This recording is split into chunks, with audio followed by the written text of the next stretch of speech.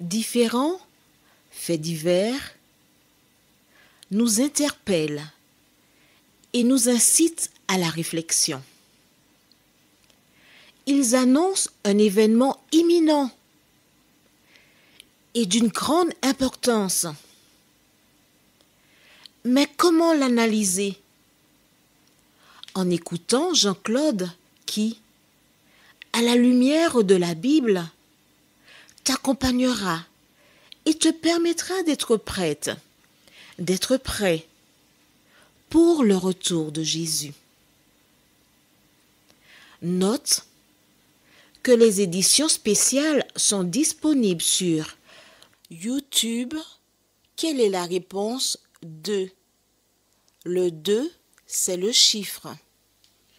Je te salue fraternellement en Jésus-Christ, le Sauveur du monde. C'est Jean-Claude qui partage avec toi cette nouvelle série qui s'intitule « Découvrir la vérité ». Marco et Jean-Claude sommes très heureux de te retrouver encore en cet instant. Très heureux de réserver du temps afin de partager avec celles et ceux qui ont faim et soif de justice la vérité. Tu as faim et soif de justice? Tu es à la bonne place. Aujourd'hui, nous verrons dans 2 Pierre 3 et 8, 2 Pierre chapitre 3, verset 8, et Genèse 6, verset 13 à 19. Notre thème, c'est la faim de toute chair. Juste avant de l'aborder, prions. Notre Seigneur et notre Dieu, nous voici tes enfants. Là, avec le désir d'entendre ta voix parler à nos cœurs. Aussi nous te demandons, ô Éternel, de continuer de répandre ta paix et ta grâce, et de nous aider à grandir en toi. Cet esprit, conduis-nous dans toute la vérité. Nous t'avons prié au nom de Jésus pour ta gloire éternelle. Amen.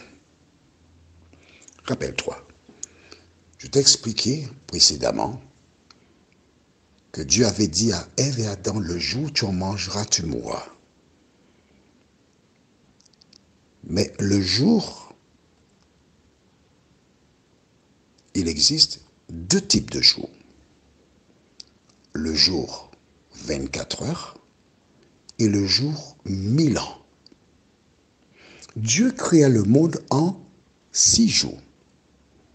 Et tu peux lire, il y eut un soir, il y eut un matin, ce fut le premier jour. Ok, non, on va lire directement. On va lire, c'est plus simple. On va dans Genèse chapitre 1er. Genèse 1er. Et nous lisons verset 1 jusqu'au verset 5. Au commencement, Dieu créa les cieux et la terre. La terre était informe et vide. Il y avait des ténèbres à la surface de l'abîme. Et l'esprit, regarde bien l'esprit, E majuscule, de Dieu se mouvait au-dessus des eaux. Dieu dit que la lumière soit et la lumière fut. Dieu vit que la lumière était bonne et Dieu sépara la lumière d'avec les ténèbres.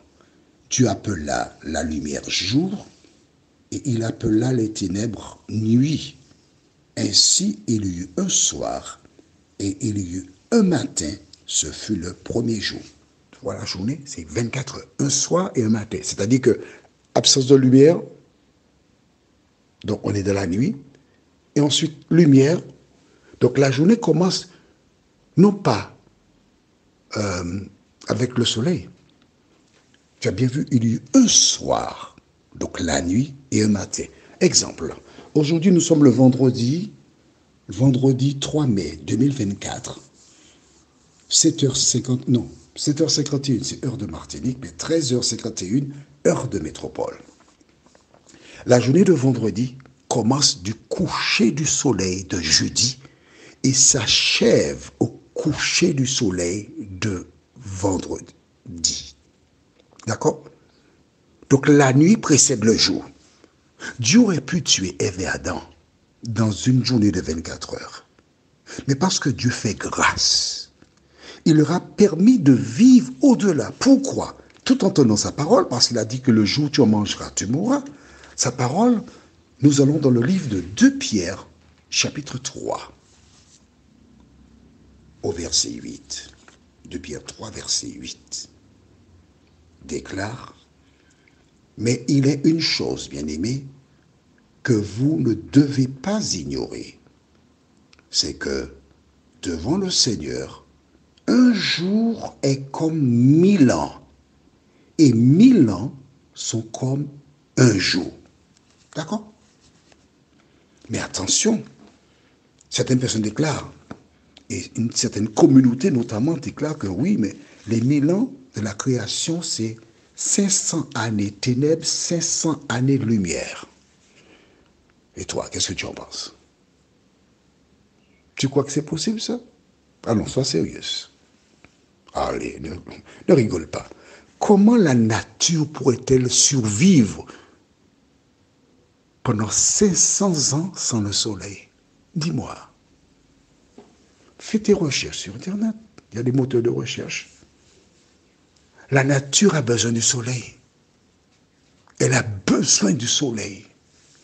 La création, ce sont 6 jours littéraux de 24 heures. En fait, notre thème, c'était surtout comprendre la question de grâce, que Dieu a fait grâce à Ève et Adam. Il ne les a pas tués dans la journée de 24 heures. Il leur a donné l'occasion de se repentir. Et il en est de même jusqu'à aujourd'hui. Bien, je t'avais promis la référence, je te l'ai donné. Tout ce que nous disons vient de la parole.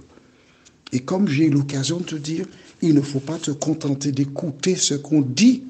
Il te faut aussi et surtout lire pour toi-même, te faire ta propre idée pour savoir. Noé trouva donc grâce aux yeux de Dieu. Tu te rappelles? On a vu cela. Mais si. Puis je t'ai expliqué que Noé n'était pas parfait. Mais Noé essaie de faire la volonté de Dieu. C'est comme toi. Tu n'es pas parfaite. Mais tu essaies de faire la volonté de Dieu. C'est ce que Dieu demande. Que tu essayes. Que tu mettes tout ton potentiel. Et que tu dis, Seigneur, aide-moi. Viens à mon secours. Écris cette référence. Philippiens 4, verset 13. Philippiens 4, verset 13. C'est bon? Que dit Philippiens 4, verset 13? Je puis tout par celui qui me fortifie. C'est Jésus qui te donne la force. C'est le Saint-Esprit qui est là, le consolateur, qui nous permet de remporter la victoire. Est-ce que c'est clair pour toi? C'est bon?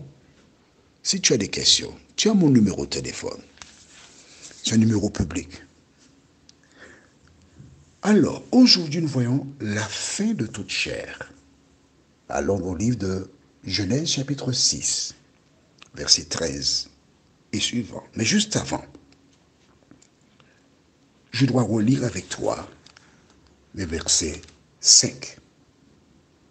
L'Éternel vit que la méchanceté des hommes était grande sur la terre et que toutes les pensées de leur cœur se portaient chaque jour uniquement vers le mal.